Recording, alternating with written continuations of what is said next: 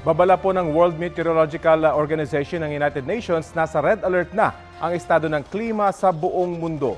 Sabi sa kanilang State of Global Climate Report, pumalo ang average temperature noong 2023 sa pinakamainit o pinakamataas sa loob ng 174 na taon.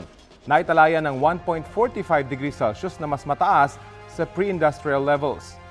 Ayon naman kay UN Secretary General Antonio Guterres, isa na yang distress call o babala sa publiko.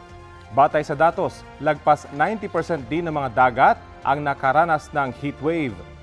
Anya, ang climate crisis ang pinakamalaking hamon na hinaharap ng mundo.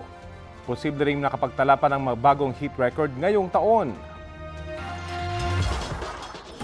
Kapuso, alamin ang maiinit na balita. Bisitahin at mag-subscribe sa GMA Integrated News sa YouTube.